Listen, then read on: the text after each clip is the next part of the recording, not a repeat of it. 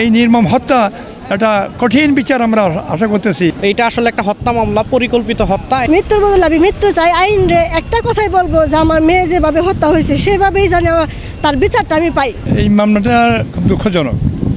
স্বামী বিদেশে থাকে, শ্বশুর শাশুড়ি এবং স্বামী এরা যোগ সদস্যে 5 লক্ষ টাকা যৌতুক দাবি করে। যৌতুক না দেওয়ার পরে এই মেয়েটাকে মারপিট করে। মামলার প্রস্তুতি নিলে তাড়িয়ে দেয়, পরে আবার যৌতুক চাবে না, মারবে না, প্রতিশ্রুতি দিয়ে মেয়েটাকে আবার নিয়ে আসে।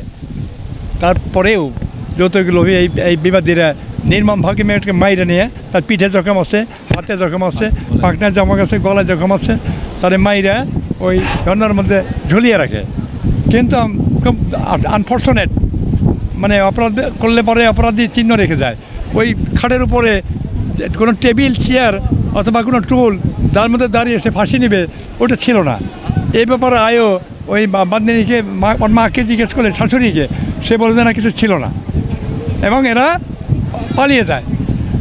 এদের খুঁজে পাওয়া যায় না এবং লাশটা কাউকে না জানিয়ে নিজেরাই ওখান থেকে নামিয়ে ফেলে। They are guilty of the offence. এবং এই নির্মম হত্যা একটা কঠিন বিচার আমরা আশা করতেছি, এবং যে কারণে আজকে রিমান্ড হলো। রিমান্ডের যিনি আয়ও ছিলেন, আমিনুল ইসলাম আয়ও, খুব একটা ভালো সার্ভিস দিচ্ছে এবং তাকেও ধন্যবাদ, এবং খুব ভালো বক্তব্য রাখছে। আমাদের পক্ষ থেকে আমরা বক্তব্য রাখছি, এবং লনেট কোর্ট তিনি বিবেচনার জন্য ওই রিমান্ড মঞ্জুর করছেন 1 দিনের জন্য। শ্বশুর তাকে জেল ঘেটে জিজ্ঞাসাবাদের একটা আদেশ দিচ্ছে আর কি বিজ্ঞ আদালত। এই তো মামলাটা তো সিনিয়র ব্রিফ বললো সেটা হলো যে এইটা আসলে একটা হত্যা মামলা, পরিকল্পিত হত্যা। এটা আমরা নারী শিশু নির্যাতন দমন আইনের 11 ক ধারায় এই মামলাটা আমরা ফাইল করি। আমরা বিজ্ঞ আদালত আমাদেরকে এফআইআর আদেশ দেন। পরবর্তীতে কালকে আসামি পুলিশ ধৃত করে এবং আজকে সেটা জামিন প্রার্থনা করে আসামি পক্ষ থেকে, এবং আমরা সেইখানে রিমান্ডের একটা আবেদন করি। পরবর্তীতে জামিন নামঞ্জুর হয়ে ওই যে চম্পা, যে শাশুড়ি, তার 1 দিনের রিমান্ড মঞ্জুর হয়, এবং যে শ্বশুর আছে তার ওই জেল ঘেটে জিজ্ঞাসাবাদের জন্য একটা বিজ্ঞ আদালত আদেশ প্রার্থনা করে। এখন এইটা আসলে একটা পরিকল্পিত হত্যা মামলা। এইটা বিজ্ঞ আদালত আমরা আশা করি যে আমরা ন্যায় বিচার পাবো, এবং আরও যারা আছে এদের এই পরিবারের লোকজন সবাই এখানে উপস্থিত আছে। এটা আমরা আশা করি একটা ন্যায় বিচার আমরা করবো ইনশাআল্লাহ। আমরাও চাই এরকম নেককারজনক ঘটনা সমাজে আর না ঘটুক।